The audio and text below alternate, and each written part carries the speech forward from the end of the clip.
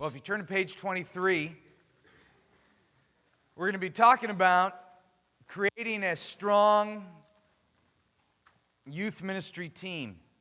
And in this session, I'm going to have you talk a little bit with one another and give me some feedback as well. I personally believe that one of the most underestimated relationships within the church is the relationship that we have to other adults that are serving students at the church that God has entrusted to us to serve. Most youth workers think their primary relationship is between adult and student. I would personally disagree with that. Maybe I'm wrong on that. I think the most important relationship a youth worker has is not with students, although that is very important. That the most important is developing a team around him or her. Here's the reason why. When that youth worker leaves, that church stays.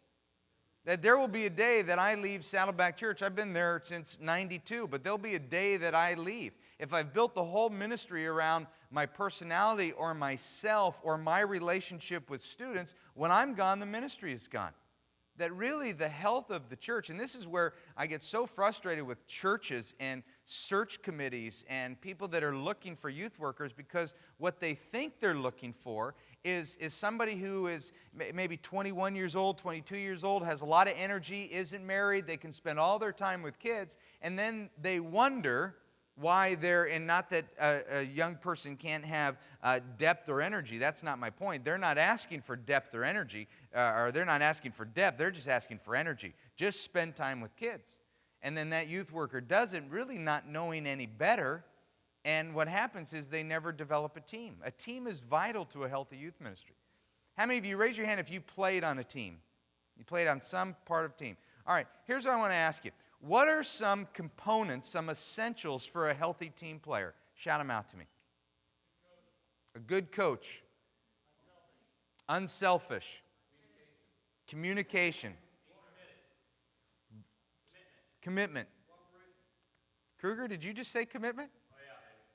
Rick and I, those of you on video, you can't see this, but the guy in the yellow shirt, we grew up together. We went from kindergarten all the way through high school as best of friends. We were on the same 9th grade tackle football team. He played linebacker, I played safety, and I had more tackles than him. But other than that, you know, that's not that I remember stuff like that. But it's commitment. Yes, commitment. What's that? Follow through. They know their role. Good one, Ben. What else? They lift each other up. Yeah, there are so many essentials of a team, and what you described, some of the same qualities that we experience in sometimes team sports, we need to have as a team in the church. I'll give you an example. When I got to Saddleback in '92, the first retreat that I went on, the kids did this thing, you know, there was some wrestling thing going on. I was wrestling a freshman because at this age, I can still take a freshman, okay, girl. And so I was wrestling this guy, and for some reason, other guys, you know, began to jump on. It was like pile on the youth pastor, and I'm on the bottom of this pile, and my ribs are, and I'm like, you know, suffocating. There's like 9 kids, and all of a sudden, I see this one volunteer that we had come running. I'm thinking he's coming running to help me. He runs, and lands on top of the pile. Now, what you got to understand, well, one, I broke a rib that day, but one of the other things, I had been at a church for 11 years prior to this. Now, in my church that I was at 11 years, there was this almost mafia-like rule that if you mess with staff, you're dead. Okay, you're just dead, you know. And so there was just, for 11 years, I had lived in this life that if one kid thought, oh, I'm gonna nail Doug, then he better think, I've got to nail the entire staff, so forget it. Because we had each other's back. We were a team. And when I got to Saddleback in that first retreat, I see a volunteer wailing on me. I'm thinking, boy, he really doesn't like the changes I've brought, number one. And two, we haven't developed a team. Your main ministry, if you are the point person, and most of you raised your hand saying you were the point person, your main ministry is to develop other leaders. See, you can do healthy youth ministry. When I talked about the essentials and the foundations of building a team, you can do that, you just can't do it alone. Now, you can do it, you just can't do it alone. I put in your notes some big picture leadership ideas. And this session really gets me excited. I'm excited about all the sessions, but this one really gets me excited. The first thing I want to talk about is valuing adult leadership. I am not down on peer leadership. As a matter of fact, I'm a big proponent of peer leadership. I just wrote a book called Help. I'm a student leader. I love to see students in ministry. But if we are just valuing peer-to-peer ministry and we don't have adults involved, folks, we don't have a biblical reason for youth ministry. Okay, if adults are out of the scene, we don't have a biblical reason for youth ministry. Youth ministry has just become some subculture part of the church, as opposed to the biblical reason of older help the younger. That I really believe you've got to value adult leadership. I went in my journey, because I didn't learn this right away. I developed this philosophy over the years, and most of what I've learned through failure. When people have seen the size of my books, Purpose-Driven Youth Ministry, in your first 2 years, and they go, man, that's a lot of pages, that's a lot of stuff. Where'd you learn that from? I learned most of it from failure. Because every time you fail, you just turn that failure upside down and go, okay, should have done it that way. Let's make that a principle. And that's where you learn your stuff. And so I'm not teaching you stuff I learned in my first 5 years. I'm teaching you stuff I learned in my second decade of ministry. That I went from being a young youth worker who was like, man, I just want to meet every kid, to now I'm the type of youth worker, I want to meet those kids' parents. Now, I care about those kids. I want to look those kids in the eyes. I love those kids. I want to know their name. I want to teach them about Jesus and God's ways. But I want to meet their parents, because in that parent is a potential volunteer youth worker who can love on 5 kids that I don't have time for.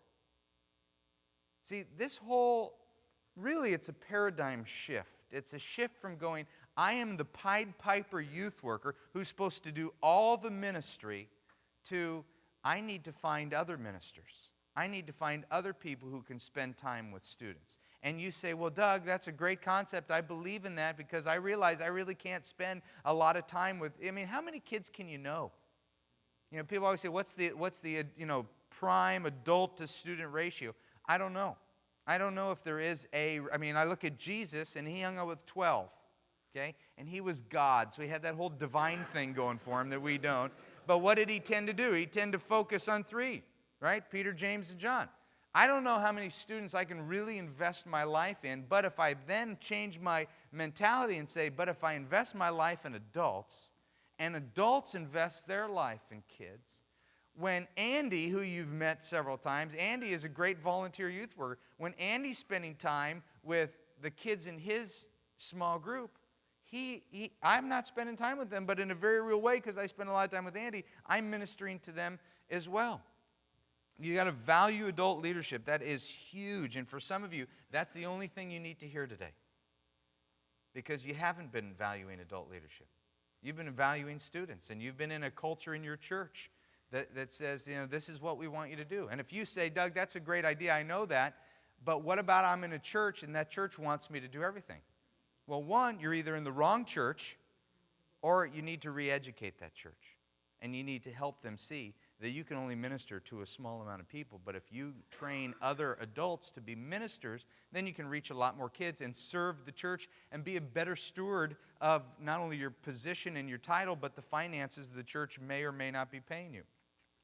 Second big picture truth is to hold your title loosely. To hold your title loosely. In my opinion, the most influential work that I've ever done in writing, I know that Purpose-Driven Youth Ministry gets the most praise and credit, and it's around the globe, but in my opinion, the best thing I've ever done is your first 2 years in youth ministry. And I've had people that have been in youth ministry 20 plus years read it and say, oh, it was probably better for me than the person I was walking through. And as I wrote that book, I sat with a bunch of my veteran volunteers, and I said to them, help me. Because many of my volunteers that have been with me 8, 9, 10 years, they could go be youth workers at any church in the country. They're sharp, trained youth workers. And I said, what's been the most helpful thing to you? And voted number 1 most helpful by my little study with my volunteers was this: Doug, you give us your title. Okay? you give us your title. You hold your title loosely. That if I'm the only youth worker at my church, then what I am is I am the king, or the queen, and everybody else are my servants. But if I give my title away and say, hey, I'm pastor to students, but guess what? You're on our volunteer team now. You're pastor to students too. Now I've just elevated them. One of the things that I've learned in our small group strategy that we do in homes, I've mentioned before that we meet together as a group, kind of the temple courts model, and then house to house.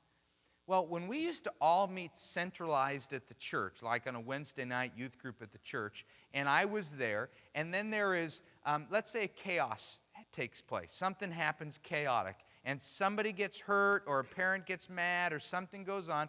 Who do they come looking for at the church? Me, right? Because I am the youth pastor. I've got the title. Now that we're in homes, and Doug is not at all the homes, who do they go looking for? Whoever that key volunteer is. Now, guess what they've just done? We've just elevated their ministry. You want your volunteers to stick around. You empower them, not just with your words, but with actions as well. Make them that. At my church, my name is, I've got a little plate over my door that says Doug Fields, pastor to students. Okay, I get the paycheck, which is kind of nice, although, it's a little more than minimum wage. But I get the paycheck, and on my little business card, of which I've had thousands and probably given away 3 in my entire life, I have a little business card. But other than that, the title of minister to students, I'm no different than Andy. Okay, I'm no different than Andy. How many guys do you have in your small group? 9 guys in your small group. That's really not a small group. That's like a youth group. But Andy's got 9 guys in his group. Andy, do I know any of those guys? Maybe one. Okay. And some of you are like, well, really, you're the youth pastor and you don't know? No, I don't know who they are. And guess what? When they graduate from high school, are they going to invite me to their graduation? No. Who are they going to invite? Andy. He's their youth pastor. Okay. You hold your title loosely. I'm telling you, this is the drum I've been beating probably for the last 10 years, and I see it making a huge difference. We just got back from a trip in Mexico where we break into villages. And the first night of this camp, I pull all the adults together, and I just remind them, you have my title, okay? It's not my title, it's our title. And I just look at them. You are the pastor of students. You are the pastor of students. You are the pastor of students. You are the pastor of students at Saddleback Church. Even today, when people, like this weekend, you'll see, if you come to Saddleback, you'll see visitors. We have visiting youth workers all over the world every weekend. It's totally obnoxious. Honestly, I've grown to hate it. But you're welcome to come this weekend. But, people come in with cameras and taking pictures. My students are like monkey in a cage. And it's just, I'm fine with you all. When I know you and I know you're coming, it's wonderful. It's just fun when you're in the middle of a message and a bus shows up and youth workers come out and they video. I mean, it's just disastrous. But anyway, when somebody says to me, "Oh, are you the pastor to students?" Here's my response: I'm one of them. Okay? And I really mean that. I'm one of them. I may be the lead pastor. You hold your title loosely. My favorite story about this. I was down in San Diego, which, for those of you who aren't from this area, it's about 90 miles south of us. And it was a few years back, and my cell phone went into this roaming deal. And I guess I didn't have roaming set up or something like that. And there was an emergency. A kid named Jared in our group, he was in a car accident, and he had severe eye damage. He went in intensive care. And the mom, who I know very well, wanted to call the youth pastor, and so she's trying to get a hold of me, and I'm in San Diego in a meeting all day long, and I was just out of touch. It was in roaming, I wasn't picking up the phone. So I'm driving back about 9 o'clock at night. I get back into about halfway where I click on my phone, and I have like 19 messages. And about 17 were either about this kid or from the mom. And so I drive straight to Mission Viejo Hospital. And about 11 o'clock at night, go into intensive care. I say, I'm here to see Jared. And I told him, my name is Doug Fields. I'm the youth pastor at Saddleback Church. And she laughed. She goes, "Oh, the youth pastor's already been here. Nice try." And I go, no, I just, maybe from another church, but I'm from Saddleback Church where Jared goes and his mom's real involved. And she goes, no, the youth pastor from Saddleback's already been here. I said, that's not true. I just drove up from San Diego. She goes, she gets all flustered. I'll show you right here. And she pulls out the clipboard and it says, Tom Christian, Saddleback Church youth pastor. Tom Christian is one of my volunteers, okay? But he couldn't get into ICU just being a friend of the family, so he said he was youth pastor, okay? And I call him on the phone, because now I can't get in, all right? And I'm trying to say, no, I'm the youth pastor, okay?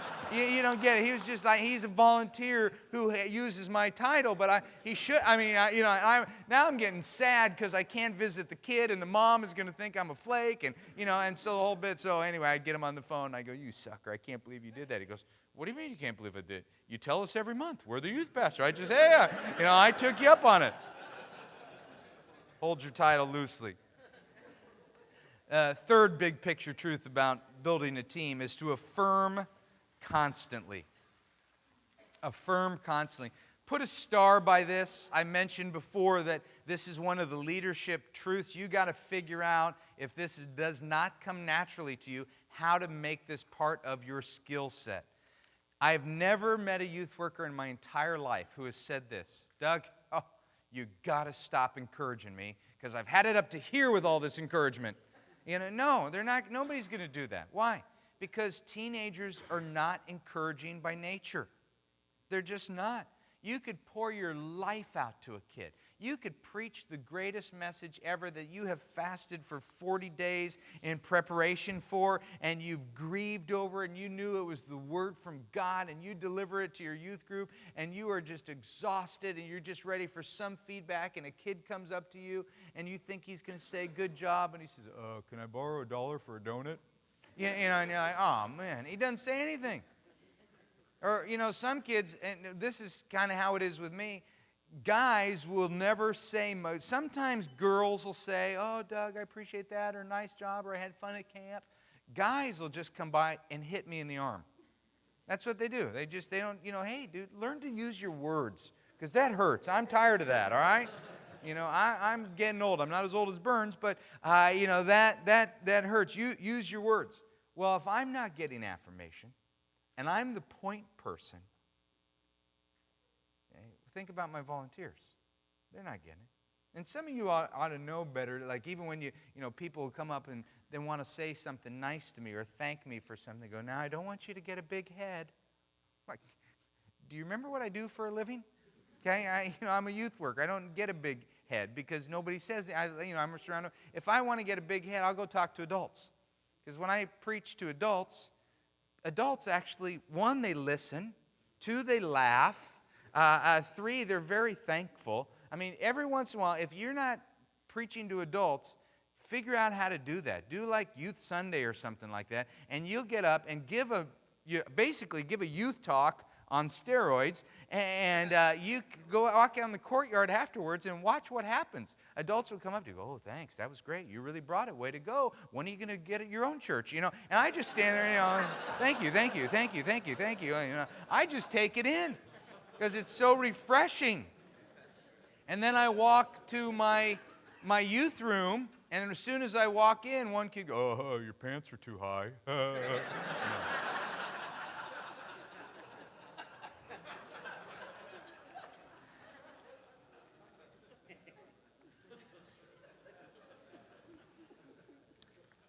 There's some quotes in your notebook, but the one by William Arthur that I like: flatter me and I may not believe you, criticize me and I may not like you, ignore me, I may not forgive you, encourage me and I may not forget you. Okay?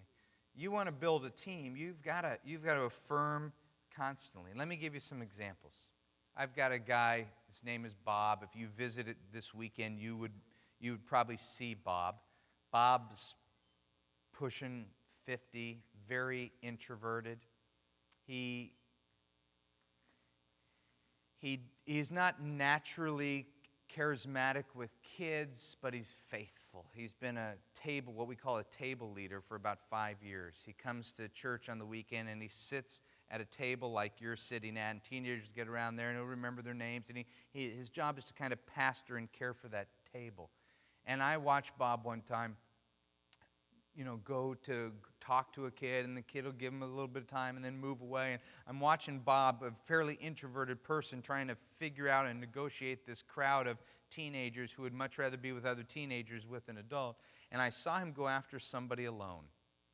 And he went and talked to that person alone. He brought him over, sat him down at the table, engaged with them. And after my talk was done, I went straight to Bob, and I put my arm around him. I said, Bob, I just want to let you know that I saw that today, what you did with that kid. And I want you to know that's really good youth ministry. Okay? You know what this guy started to do? Cry. Okay? Cry. Now, he's not this insecure, needy guy. He works in the marketplace. He's a businessman. He's got a career. He receives affirmation for what he does. But in a student-rich environment where you're always kind of feeling on edge, am I making any difference? Does this matter? That somebody goes out of their way, and all I said was, I saw what you did. It was really good. As a matter of fact, in our youth ministry, you might write this down, you might try this. We have these, what we call I Overheard Awards. And see, over the years, as our team has grown, I don't know everything that happens anymore. So I don't have just a small group of 3 volunteers like I did when I first started, and I don't know everything that's going on. So we started this idea several years ago that for volunteers to watch other volunteers, and then if you see they do something good, shoot me an email, and then when we have our monthly staff meeting, we give out I Overheard Awards. And basically all I do at I Overheard Awards is I just read the email that somebody wrote and make a big deal out of it, look the person in the eye and say, thank you for that. Well, that person comes to that staff meeting, they feel like $1 million. We do these dumb things at times. I mean, this is like a dumb idea, but it makes a big deal. I've been doing this for years. Go to a thrift store and buy a trophy. You can get a bowling trophy for 50 cents. And then for $3.50, you can get a plaque made. And you get the plaque made Leader of the Month. And you put it on that dumb bowling trophy. And you set it on a table right as people are walking into your volunteer meeting. I put a pillowcase over it so nobody knows. They know, though, there's a trophy under there. I mean, it is the funniest thing because it's a $4 item. And you watch, people are making 6 figures. Doctors and lawyers and different volunteers walk by. You can see in their eyes, I want that. I want that. Okay? And you give them the award and you make a big deal out of it. It costs you nothing. I have a guy named Rob. If you came on Saturday night, you would meet Rob too. He's involved, his wife's not involved. But his wife always shows up to the youth group after she attends church, and she'll be by Rob. And one of the things that I do is I affirm Rob to her. I'll say, Mary Lynn, thank you for supporting Rob's ministry. Okay? And create affirmation that way. Just last night, I did a little cut and paste. This was April 20th, so 2 days ago? I got an email from Marla, one of our volunteers. She's 50 years old. Her kids are already out of the house. She's a fabulous volunteer.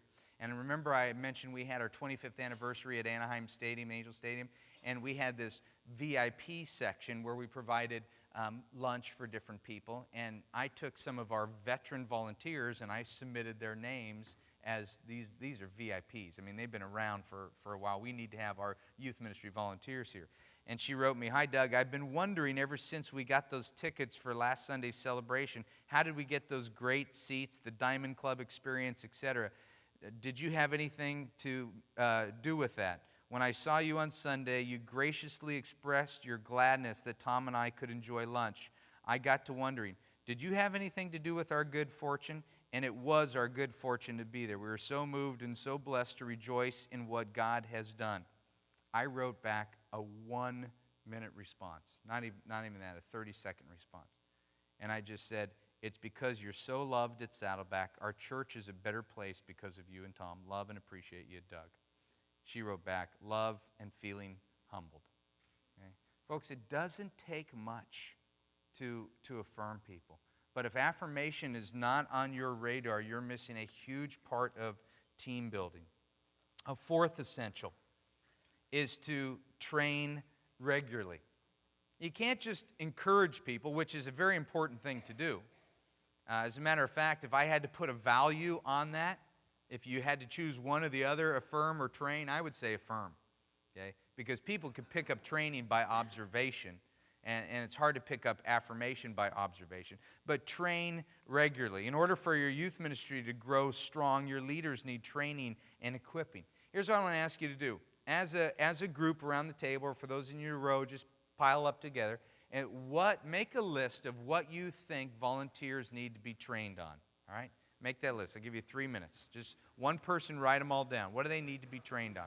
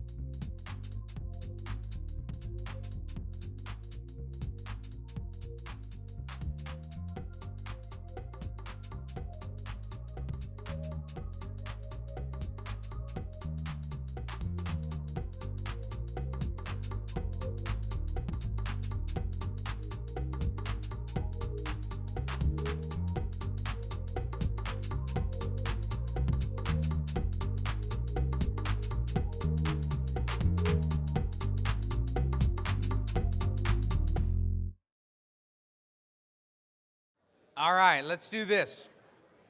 I need 12. Okay, let's do this. Right now we're going to put a year's training together based on what you just came up with. All right? So let's start sharing them. Let's come up with 12 ideas. If we were doing a monthly training, here are 12 things. It doesn't mean these are the most essential, but I just want to show you how easy this is to come up with some topics once we've dialogued a little bit. Let's start with this table. Let's just start moving around. Let's do it quickly. Let me have one. Finding a role in their ministry, like whether it be a small group leader versus. Okay, helping them identify their role. Good. Crisis counseling. Vision. Helping them develop their own vision for ministry. Okay. I realize I'm putting people on the spot now by doing this. So why don't we just, because some of you are panicking, well, who's going to talk? We didn't even talk about the question. We kind of ate food and, and some of you are like, I had my quiet time during that time, Doug. So, okay, we got 3. How about a 4th? I won't point to tables, all right? What do you got? Okay, how to relate with parents. Okay, how to communicate a articulate plan of salvation, all right? What else? Yep. Okay, how to follow through with your students, not just greet them, but care for them afterwards. Yeah. Evangelism. How do you personally evangelize? Finding their purpose. Okay, how do you confront and deal with conflict? Youth development and culture. Okay, something about, well, there's two even right there. One on culture, you can do something on culture, and one on adolescent development. That's 11, one more. Okay, how do you start conversations? Great one to end on. I'll tell you why in just a second. You go, okay, man, that's a lot of ideas, but where do, the one about adolescent development, where am I going to get somebody to do teaching and training on adolescent development, or where am I going to get that information? Let me give you a few ideas on where you get some training. You might write these off to the side. First is use outside people. It doesn't have to be people in your church. Just yesterday, where's Patty that I met yesterday? There's Patty. Patty says to me, she's a local youth worker in the neighborhood. She says, "Oh, my husband is a MFCC." Okay, did I say that right? Okay, marriage family counselor. So now in the back of my mind, I think, what does he specialize in?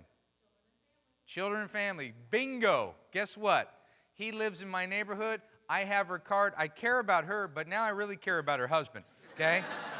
and I've got an MFCC in my area who makes his living off of what? Okay, youth, family, and children who are in trouble. He makes his family, my term was, I was thinking he makes his living off of counseling appointments, which means in order to get counseling appointments, he needs referrals. Bingo! So what do? I call him up and say, hey, would you mind coming and training some youth workers who deal with messed up kids on how to deal with kids in crisis? And he says, cha-ching, yes, I will.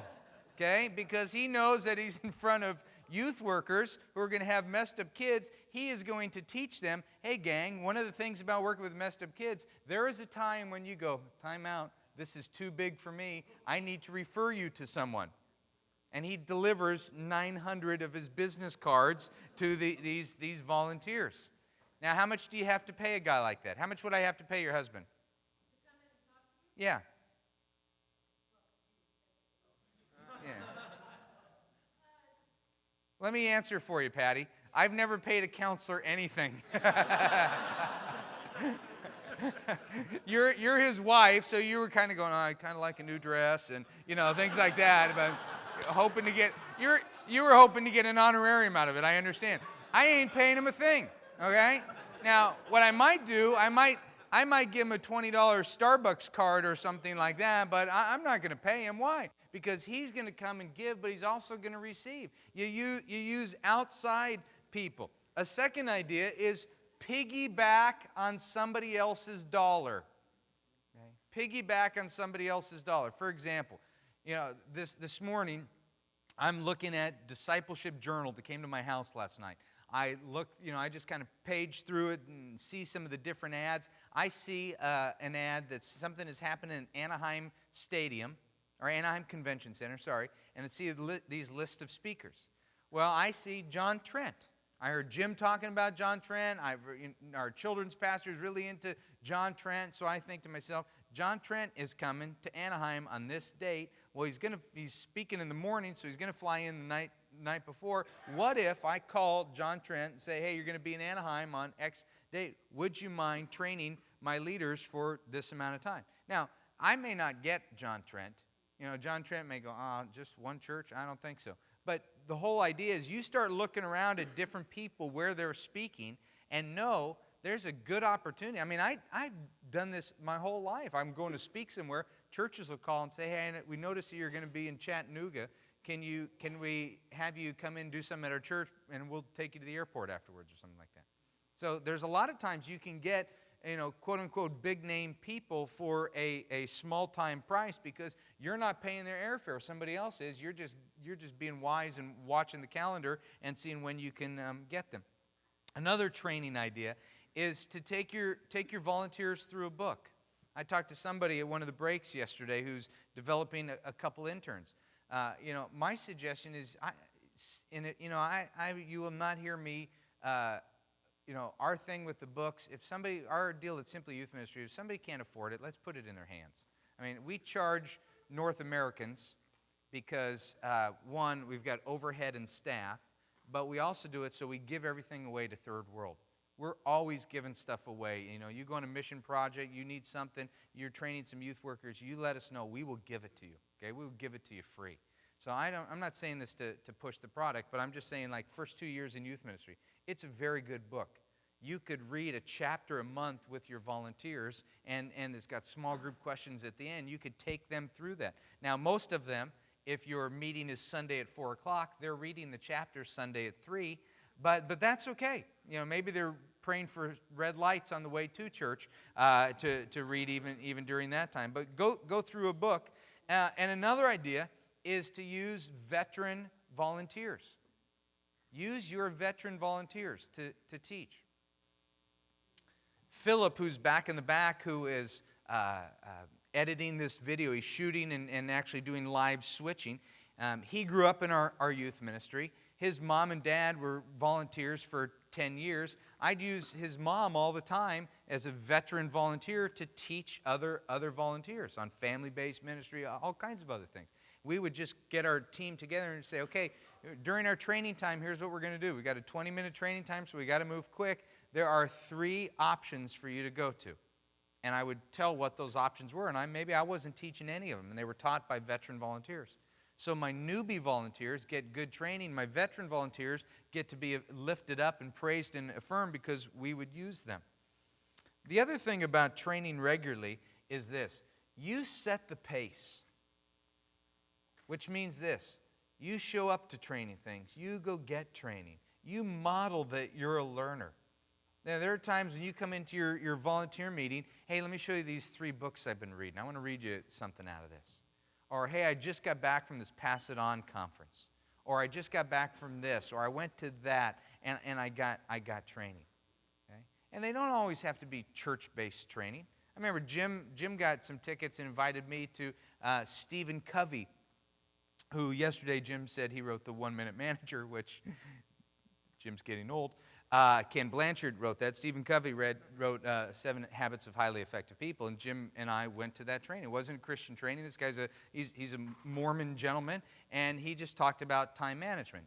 Honestly, he writes a lot better than he speaks, and I think Jim and I wrote notes back and forth to each other and left early.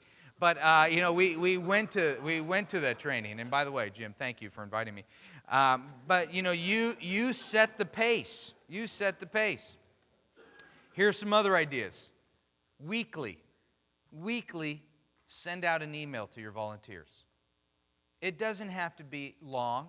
As a matter of fact, if it is long, they're probably not going to read it. Okay? A little tip. Hey, here's a little tip of the week. Okay? And send that out to them. Monthly, that meeting, if you don't include training at that monthly meeting, send them away with some training.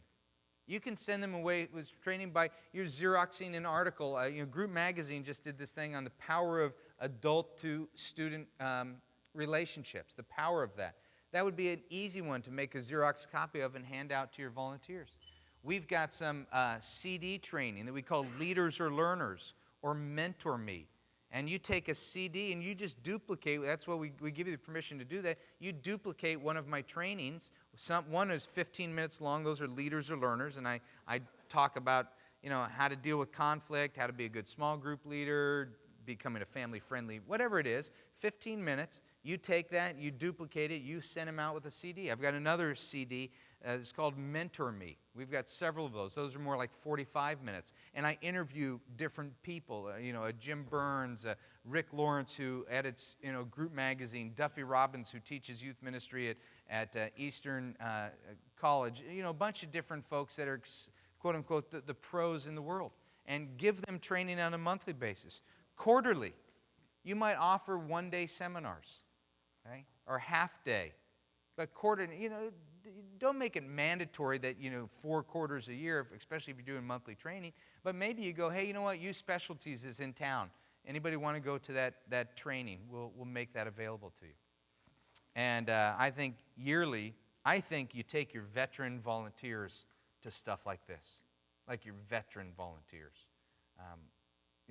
There are price tags to conferences like this, but maybe when somebody hits 3 years or 5 years or something like that, if you last that long, you take them and make that kind of a reward. Hey, I'm sorry we can't take everybody, but we're going to take people. Once you've been to 5 years, we're going to this conference together, and make that investment. It's a wise investment. It's a relational investment. You might write this down off to the side. Train the small stuff. Train the small stuff. Do I think you need to train adolescent development? Absolutely. Do I think you need to train adolescent culture? Absolutely. To me, those are the biggies. But sometimes we forget how paralyzing the small stuff is to a new volunteer. Like the last idea that came from back there is how to have a conversation. That's huge. I had a training, I don't actually remember what the training entailed, but I remember calling it question number 4. Because most of my volunteers had 3 questions. What's your name? What grade are you in? What school do you go to? And after they got done with 3, it was like, okay, see you later. They'd move on to the next guy. So I called it question number 4, and we talked about what does that look like. But how do you meet students? How do you remember their names? Those are little things. Now, a lot of people say to me, Doug, I just can't get my volunteers committed to come to the training times. Well, the reason they're not committed to coming to the training times is because it wasn't made clear up front. So if you get the opportunity to start over or start at a new year and say, hey, folks, just to let you know that this next year, here's what we're going to do with our meetings. They're now going to become mandatory meetings, and we're only going to have them every other month, or you figure it out on your deal. But here's the deal. If that doesn't fit with who you are and how you've scheduled life, I totally understand, but we've got to train our people. Because who really wants to go to another meeting? Nobody. But when I talk to a volunteer and they say, or a potential volunteer, and they say, what are the expectations? And when I list all the different things they might be able to do in the youth ministry, I say, but one thing you need to know clearly is that we have a monthly volunteer meeting. And actually, it doesn't even turn out to be 12 times a year because we take 2 summer times off. We do a Christmas party. It's about 8 trainings. So I say there are 8 trainings a year. And those are mandatory. Those are non-negotiable. So they know that up front. But train regularly. A 5th big picture essential is to hang and play together. You've heard about the family who plays together, stays together. You do that with your volunteers as well. You play together, you hang out. One of the reasons that last night at the dinner that I bailed about 7:30 is because I have a bunch of volunteers coming to my house. Every Thursday night, we have a very spiritual time where we watch Survivor together, okay? And then I put my kids to bed, and then we watch Apprentice. And I have this I call it Survivor Lovers. And anybody on the volunteers who's into Survivor, I add their name to the list. And I just send it out, because we TiVo these programs. So if my kids have homework or sports or something like that, we might say 8:30. Sometimes we say 6:30, and we'll make a dinner. But every Thursday night at the Fields House is open to my volunteers. And I try everything I can not to miss that. I mean, hence last night. I snuck out at 7:30 to get to that night. Just playing together. We don't pray together. It's not like, hey, let's lay hands on the TV set. It's just people bring desserts and we just talk. And I hate to do this, that it's taped, that we're being taped right now, but my volunteers won't ever watch this. It is about the nerdiest group of people that you've ever been around. See the camera guy back there? Robbie, raise your hand. Right? Robbie is very cool. Okay, Robbie is an intern at Saddleback. He's been one time. And I know because he's so cool, he walked in and went, whoa, Star Wars convention, or something like that. And he's never been back. I mean, it really is. It's just kind of geek fest. But that's okay. Every week, Thursday night, that's the kind of people on my team that I attract. Or that are into Survivor. But it doesn't matter, okay? It doesn't matter. Andy came for a while, but Andy was too geeky. We kicked him out. That's every Thursday and Saturday night. We have church on Saturday night, and after church on Saturday night, we all go out and hang out together. And that is the team building type thing. Monthly, after our volunteer staff meetings, we'll play together. Special events. The 4th of July. We just open up our house. We can do a 4th of July party. Super Bowl party. I'm going to watch the Super Bowl anyway. Why not make it with my leaders? You know, we watch the Super Bowl party together. Yearly, it's a staff retreat. Take the people away. You can do it cheap. You can borrow a timeshare. You can find a house nearby. You can just go play together. Now, I'm not saying that you don't pray. I'm not saying you don't strategize. But I'm just saying you play. You love one another. So weekly, monthly, those special events, and yearly. Jesus said something to his followers. In John 13, it says, "A new command I give you, love one another as I have loved you. So you must love one another. By this, all men will know that you are my disciples if you love one another." See, students are looking at your relationship with adults, and they're seeing Jesus. When I was a teenager, I wanted friendships like Jim Burns had. And every once in a while, I was privileged, after OP night, which was our Sunday night deal, that one of the volunteers was going to give me a ride home, but before he took me home, all the volunteers went out to Carl's Jr. And Jim was right there, and there's all these adults, and I was like I got to be there every once in a while, and it was the highlight of my month, to be around all these adults who are laughing and telling stories and debriefing the Sunday night program and making fun of Jim's talk. And, they're just laughing together and having a great time. And I thought, you know what? I want to be like those people. There are some times, leaders, where you need to show up to one of your volunteers' place of employment and just visit and see them in their world. You don't see them in their world. They see you in your world. They come to your world. Why not go to their world? And when you meet for lunch, don't just meet at a restaurant. Go to their office. It's like when you see a teenager, and you've got to be very careful how you do this. And even in my mind, I'm going, should I even say this because it sounds weird? But I love to see teenagers' rooms. So, I say, hey, show me your room. And again, obviously in today's world, you have to be careful about that. But, a room will tell you a lot. When you go have lunch with one of your volunteers, go into their place of business. At my last church, there was a guy named Steve Jennings. He was a doctor. And I said, Steve, I've always wondered what your day is like. I mean, doctors are like, so, they make so much money. They always seem stressed out. I just want to, can I follow you around for a day? And he said, yeah. He has a practice right down the street in Fountain Valley. And he got me a white smock and stethoscope and a clipboard. And he introduced me as his intern. Okay? And for a whole day, I hung out with him in his office and watched how he cared for people. And is there any people that come from a medical background? Anybody have doctors? Now, I don't know if your folks were like that or your spouses or whoever.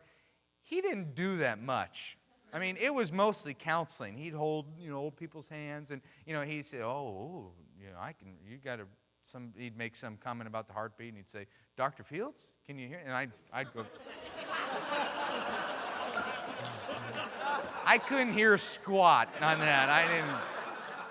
And then he would tell me about some of the patients, what he was going to do. I'm like, I don't think, I'll sit this one out. I'll just kind of go in the back and have a Pepsi. But, he still talks about, that's one of the you remember when you came to my office? And this is a guy that, is another church that I was at. Okay? So, that's all that hang and play together. Your ministry is as much to the adults as it is to students. Number 6 is review occasionally. I think volunteers need to be reviewed. This is not going to sound very professional. You're going to think, man, I've actually paid to hear you say this, or bought one of your books. But what Kathy and I used to do at my other church that I was at for 11 years, when we had a smaller volunteer team, we would go out to dinner after church on Sunday night, and we'd just take a napkin, and we'd list our volunteers on the napkin, and then I'd grade them A, B, or C. We didn't do this every week, maybe once a month. We just list our volunteers in A, B, or C. Now, the reason I did it on a napkin is because I could throw it away and nobody would see the evidence. But the A, if they got an A, then we said, how are we going to affirm them? How do we keep them at an A? If they're a B, what do we need to do to move them to an A, to help them get to an A? And if they're a C, let's help them join children's ministry, okay, or something else, or let's. I mean, if they're on a C for a couple months running, something's wrong, all right. But that's how we reviewed them. People want to know how they're doing. People want to know how they're doing. I review on really three things: attitude, performance, and fit. Attitude, performance, and fit. And performance is what I'm least concerned about. Okay, youth ministry is not rocket science. We can teach people youth ministry. I'm most concerned about attitude because it's a reflection of their character and their faith. Fit, do you fit with the team? Or we've had some volunteers who are just so into students that they don't want anything to do with the adults, or vice versa, and that you kind of question that fit a little bit. And then performance, attitude, performance, and fit. And I put in your notebook for information on how to remove a volunteer. You might reference your first 2 years, and there's a couple pages on that. That's a last resort type thing. But you can't remove somebody if you haven't done some reviews with them. Now, how do you find the right teammates? How do you find the right teammates? I put in your notebook to focus on the word invite. As a matter of fact, why don't you even circle the word invite? The word recruit is evasive. It's abrasive. It evokes a military image. I wrote that. When we use the word recruit around the church, people hide. They're tired of being recruited. Instead of recruiting people, invite them. Which sounds better? I want to recruit you, or I want to invite you. You want to invite people. And so I might use the word recruiting now as we talk about this, just so we understand it. But I would change that in your terminology. Here we're talking about how do you get the right people in the right places that will get the right results. First, raise the bar and raise the expectations. This is key. Put a star by this and visit it. Chances are, look at Andy. Look at Andy. Yeah, all right.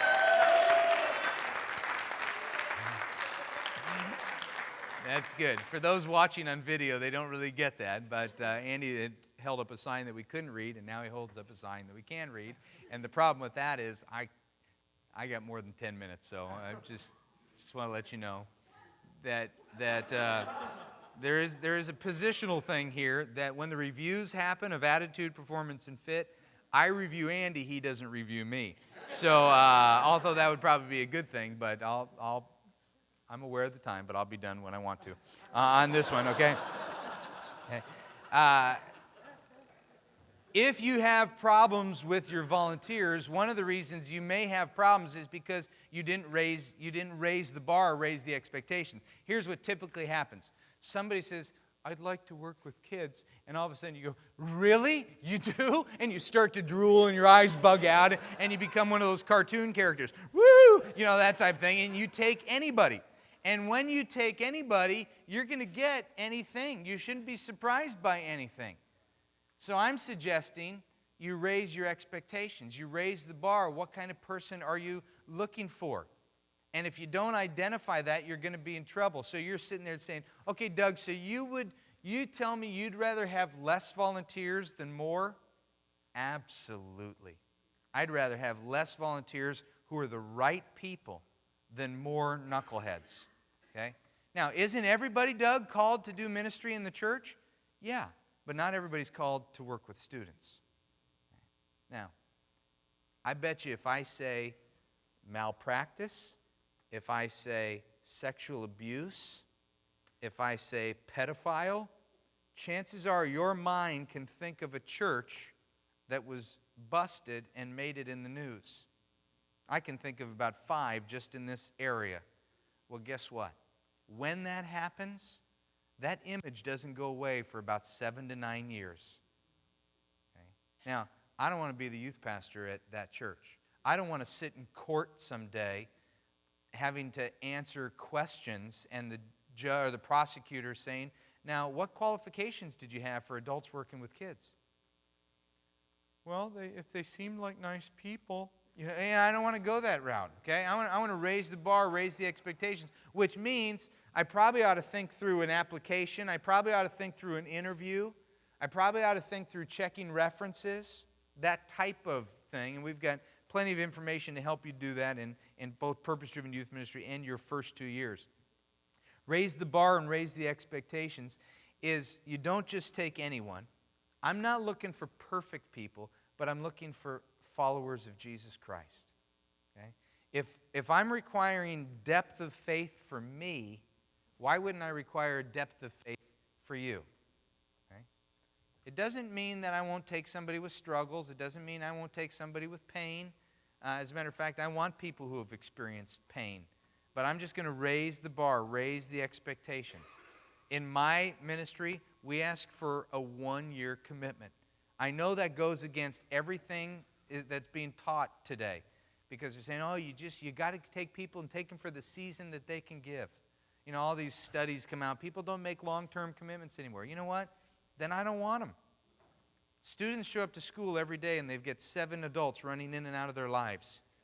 When they show up to church, I want there to be some consistency there. So if people can't make that commitment, now they can observe and check it out and try to decide if they want to be a part of it. I might even let them go on a retreat maybe if I've kind of done my little background check on them to see if they're into it. But if you can't make that 1-year commitment, it's not going to happen. So raise the bar and the expectations. Number 2, shatter the stereotypes. Let's stand up if you're 23 years old and male. Okay? We have a 23-year-old male. Okay? Thank you, Andy. All right. Who made those signs? Your what? Your second grade teacher wife. Oh, okay. So that was for everybody, not just for me. I understand, because I know exactly who your wife is and what she does. So I just... Okay, I'm going to pick on you. What's your name? Nick. Go ahead and stand on your chair, Nick. Okay? Nick is stereotypical youth worker. He's 23. He's young. He's cool. He's got a nice smile. Now, if I bring this guy to my church, which is kind of a contemporary church, and people think this Nick is the stereotypical youth worker. You know what I've just done? I've just reduced my pool of humanity, my reach within the body of Christ, to about 5% of the people. Okay? Thank you, Nick. I didn't mean to embarrass you, but you fit. If you had a goatee, it'd be even better.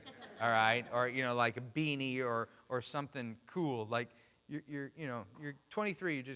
You're not real cool 23. But so we got this stereotype in the church. We got to shatter that. Who do I describe if I say young, male, goatee, plays the guitar, has a van, surfs, knows all the current hip music? Who do I describe? Nobody. Okay? So now everybody else that doesn't fit that stereotype says, oh, they must not need me. You need diversity. You go back to your church and you get somebody with gray hair on your youth ministry. Who has senior citizens on their youth ministry team? Okay, look around. That's good. That's good youth ministry. You got a senior citizen on your youth ministry team. That's really good. You know what message that sends to the church? If she can do it, I can do it. That type of thing. And you take that senior citizen, and if they're a good youth worker, you figure out how to promote them in front of the church. We need diversity. Why? Because that's the body of Christ. Now, nothing against young. I started youth ministry when I was 17 years old. Okay, so I was young in youth ministry for a long time. But my daughter, who's 16, needs to meet some people of faith that are in different decades of their journey. It's great that her small group leader is 23, but I want her to meet some people and rub shoulders with some people who have walked with Jesus for 43 years, okay, who are now in their 60s or their 70s. And we got to look for that. Well, you won't look for that unless you shatter the stereotype, the diversity of people. You tend to recruit people who are your age and your interests. Okay? So if I'm just the only person in charge of finding volunteers in my youth ministry, I'm going to find people in their 40s who have teenagers. I mean, that's who I hang around. That's my group. Well, if you're in your 20s, you're only going to find people in your 20s. Plus, like interests. I coach. Okay, I coach all my kids. I'm very into sports. I've got a group of guys in my youth group. They sit actually at this table right here immediately to my left. No offense to you all. But they are just the geeks. I mean, they are just like, they bring laptops to church. It's one of those things. You know, they've got the PDAs going and their iPods are tuned in. And they're just like, you know. As a matter of fact, aren't they in your small group, Andy? So they're just, I mean, I love them, I like them, but like I always, you know, when I walk over to their table, all I hear is megabyte RAM, chip, data, hard drive, you know. Bill Gates is Lord, you know, that kind of stuff. And it wasn't until I found a guy who, at our membership class, I was talking to this guy. His name is Ben. He's in his 50s. I said, Ben, what do you do? And he goes, I work for IBM, and he told me about what he did, and I don't really remember. But as soon as he said IBM, I thought, oh, that geek table, okay? And so, but he showed a little bit of an interest for youth ministry, probably because I guilted him. But I said, well, would you give it a try? I said, I got a table of guys that you might connect with. So when I walked Ben in and sit him at that table, I just said to the guys, hey, you guys, this is Ben. He's checking out the youth ministry, and I said, hey, I'll give any of you guys $1 if you can stump them with a computer question. And they're like, you know, and then I left, okay? At the end of the service, guess what's happening? That's the last table to leave. Everybody's clearing out, and all the geeks are like talking to Ben. They're doing, you know, the IMs and the SMSs for the phones, and you know all the stuff that I didn't even know that existed. You know, and he's mean with them. He has like geek lock-ins with them, you know, where they like hibernate all their computers or whatever they do, and I'm sure they're checking out the tithing records in the church database. I don't know, okay?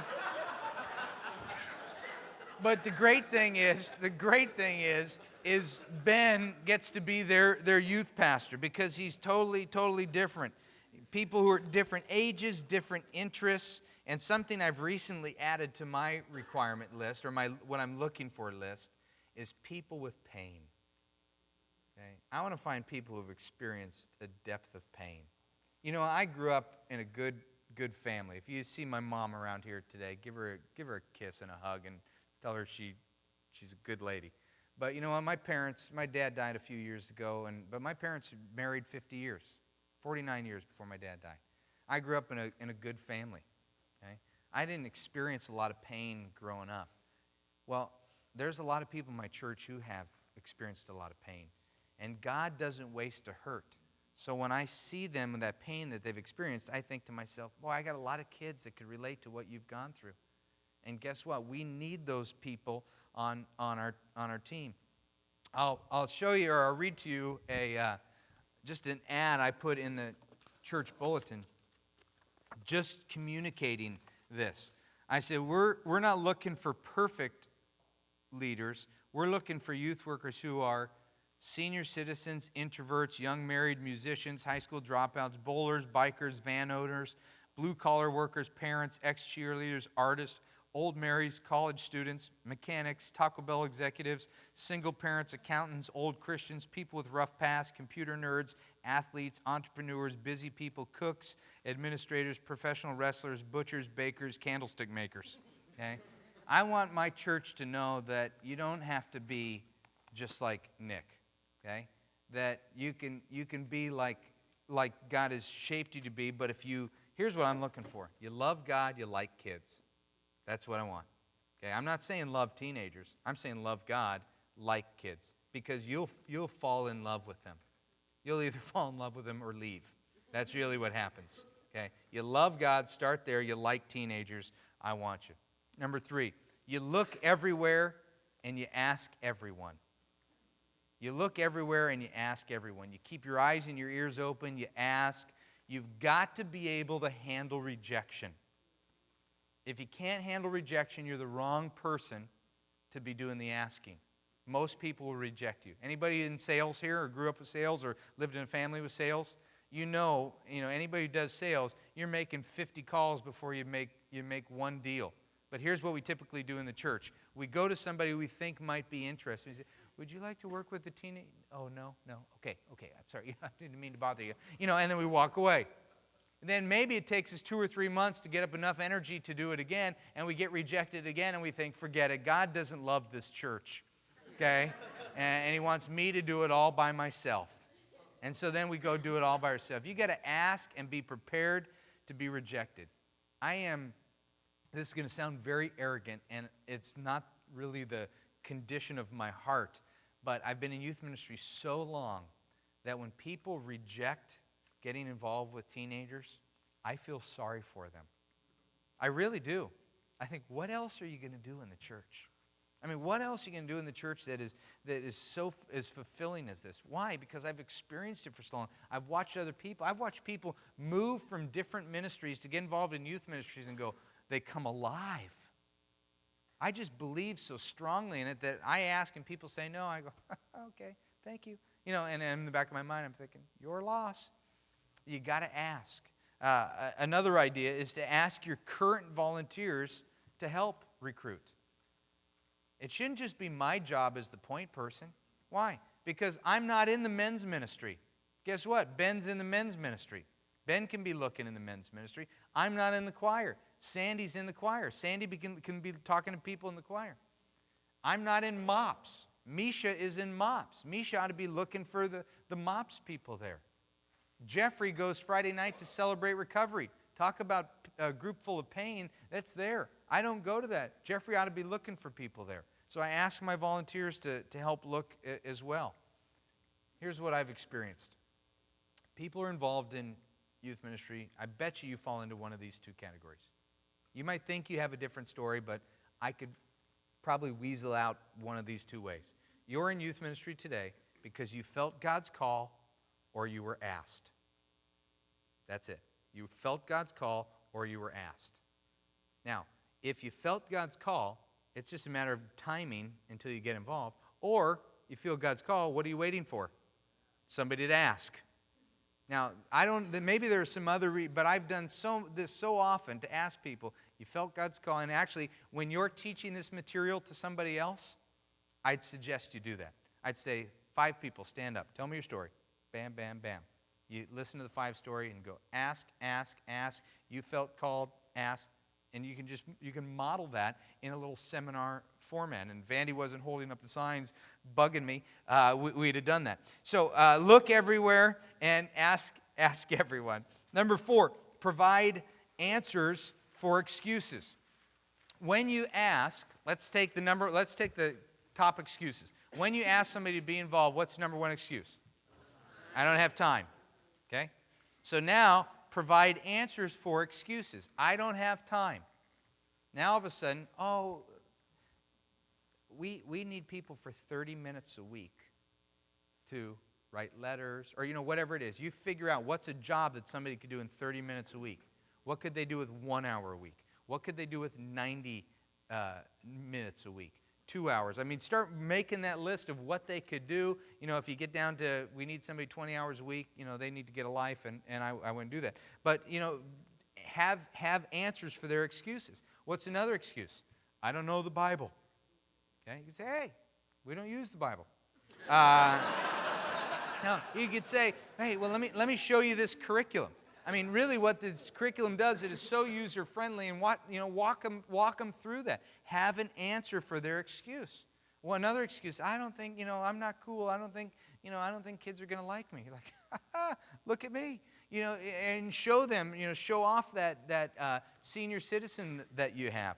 So you got to provide answers for excuses. Number 5, simplify the serving opportunities. There ought to be entry-level opportunities to get involved. Most churches, it's like this. You want to get involved in youth ministry? Oh, great. Well, we need you on Sunday morning to teach Sunday school, Wednesday night to do a small group. Every other Friday night we have this outreach, and once a month we have a mission trip. Now, what have you just done? You've just overwhelmed me. But what if an entry level is, would you be a part of our prayer team? Once a month we have a barbecue. Could you just flip burgers for us? And start there. And then maybe you go to something a little bit more mid-level, like, they just go on a special event with you, and you work them up, but you simplify it, okay?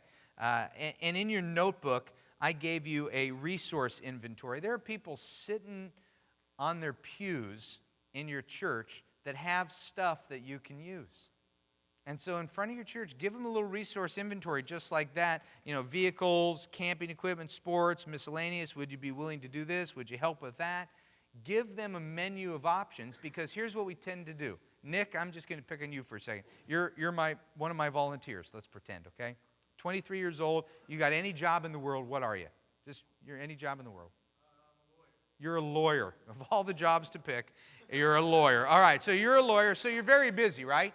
You're very busy, and you've given me 90 minutes a week, 60 minutes to lead a small group, and 30 minutes to either have a Coke with a kid or write letters or to hang out, so 90 minutes a week.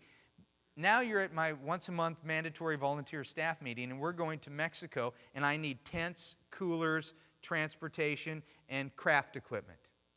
Okay? Now, what do we typically do? We typically go to our busy lawyers who are our small group leaders and say, okay, I need help. Can somebody be in charge of, Nick, you're a lawyer. You've probably impounded a lot of cars. Can you be in charge of transportation? And we give our key players the jobs that should be done by people in the church who are sitting on their pews. Okay? So get those people involved and leave the Nicks alone. Let them lead their small group and love on their students, and give other people the entry-level opportunities. Number 6, clarify expectations. No one wants to be surprised. You might write that down. No one wants to be surprised. Make sure there's job descriptions. Let people know what they're going to do. Be real up front with them. Hey, we're looking for, people of character. Here's what I want you to do in the small group. I want you to greet kids. I want you to walk them through the curriculum. I want you to answer their questions. I want you to love them. I want you to make one phone call a week for 5 minutes. I want you to write 2 letters a week that are going to take you 5 minutes each. Whatever it is, you come up with your job description. Just let people know ahead of time so they're not caught by surprise. No one likes to be surprised. Number 7 is check them out. And what I mean by this is check them out before they make a commitment and during their initial commitment.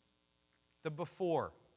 I make observation mandatory at Saddleback. I'm not saying you need to do this. This is what we do. Say, why don't you come visit for a few weeks to even see?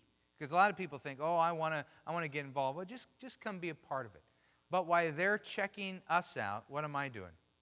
Checking them out. Okay? There'll be a time where I would talk to somebody, and I say, well, why don't you just sit for a couple weeks, and I will tell a couple of my volunteers, hey, this is John over here, and he's gonna sit at your table and what. And then I notice that John only talks to girls, and he never has conversations with guys. Something's interesting about John. That raises a red flag. Okay, so we check them out. There's and I wish I would have hit TiVo on this and recorded it, and I wasn't wise enough to do it at the moment. I was mostly in shock. About a year and a half ago, a guy came up to me on Saturday night after church, and he said, Doug, I want to work with kids. I'm new to Saddleback, and I want to be involved in the youth ministry. And this is a guy, and this doesn't mean that you can't work with kids, but immediately he got in my space. It was one of those, like, right here, you know what I'm talking about? And I'm very breath conscious anyway. I have breath stuff always in my pocket, but he was like right there. And just when I got done speaking, I was like, whoa, hey, buddy, and I'm kind of backing up. Oh, okay, tell me about yours. And he just keeps moving closer. Finally, I put a chair and put my foot up on the chair. I mean, it's just one of those initial red flags, kind of kooky, okay. But that's okay. There's other space invaders that work on our team, but immediately kind of red flag. but real aggressive, wanted to get involved, was bragging about all his youth ministry experiences. If I showed you a photo of this guy, you would recognize him because he was, I'm not going to tell you his name, he was a child actor in a very famous movie. And he was kind of bragging about his story and his Hollywood scene and all this stuff. And now he's a youth worker and he wants to speak and write books. And I said, well, here's the deal. We like people to observe the program. We have an application that you fill out. We check your references. And I have this little process. You can read about it if you want, or I can tell it to you later. But I can extend somebody out several months. Because I could say you need to go to a membership class, and I just have this whole way to distance myself with that. Because sometimes it's hard to say no because you just don't want to, no because you're spooky. You know, that doesn't work, okay? So I just said to the guy, well, here's what, 1, 2, 3, 4. Well, he shows up the next week sitting at a table. So I walk up to him, and I said, so have you decided to observe? And he goes, no, I just figured since of all my experience, you could kind of fast-track me in. I said, no, it's not how it works. I said, let me get you an application. You can fill that out. Never saw him again. Okay? Now, there's another big church down the street, okay, about 10 miles away. And I guess he went there. And the reason I guess he went there is about 9 months later, Friday night, I'm home. We just gone to a high school football game. I'm watching the news, and I hear before a commercial, youth worker arrested molesting kids. Orange County youth worker. Because a lot of times you hear L.A. news, but Orange County, so all of a sudden I'm like, whoa. And sure enough, comes back from commercial, they show the guy's face. Okay, bam. And I went, that's the, and I was so in shock that I didn't. I wish I would have hit TiVo on that, because the reason, not only, and one, they didn't even, at that point, they didn't even bring in that he was a child actor. That eventually came out later, and that made it even a bigger deal. But what he did, he didn't get his way at Saddleback. He went down to the next big church, who said, sure, come on in. Got involved, 7th grade boys, wound up molesting him. All right? Hit the TV. That church is reeling from that. Okay? Folks, raise your expectations. Check people out. Okay? Why do people like that come to the church? Because Christians are nice. Okay? Christians are nice. And they will let them in. And then number 8, start them slowly. Okay? Start them slowly. Let people have small wins. Maybe somebody is eager. Don't put them in a teaching position right away. Let them just go co-lead a small group. So a lot of people, I want to teach. Now, before you teach, why don't you sit and observe and be a small group leader with Andy. Andy's got 9 guys in a small group. Why don't you go co-lead with him and watch from somebody who's done it for a while? And let them experience these small wins before you just throw them into the wolves. The key thought is this: you can do great youth ministry. You just can't do great youth ministry alone. Okay? It's a lot of stuff that we talked about. Now, this afternoon when we do question and answer, make sure you write all those questions down, and we'll get to those, okay?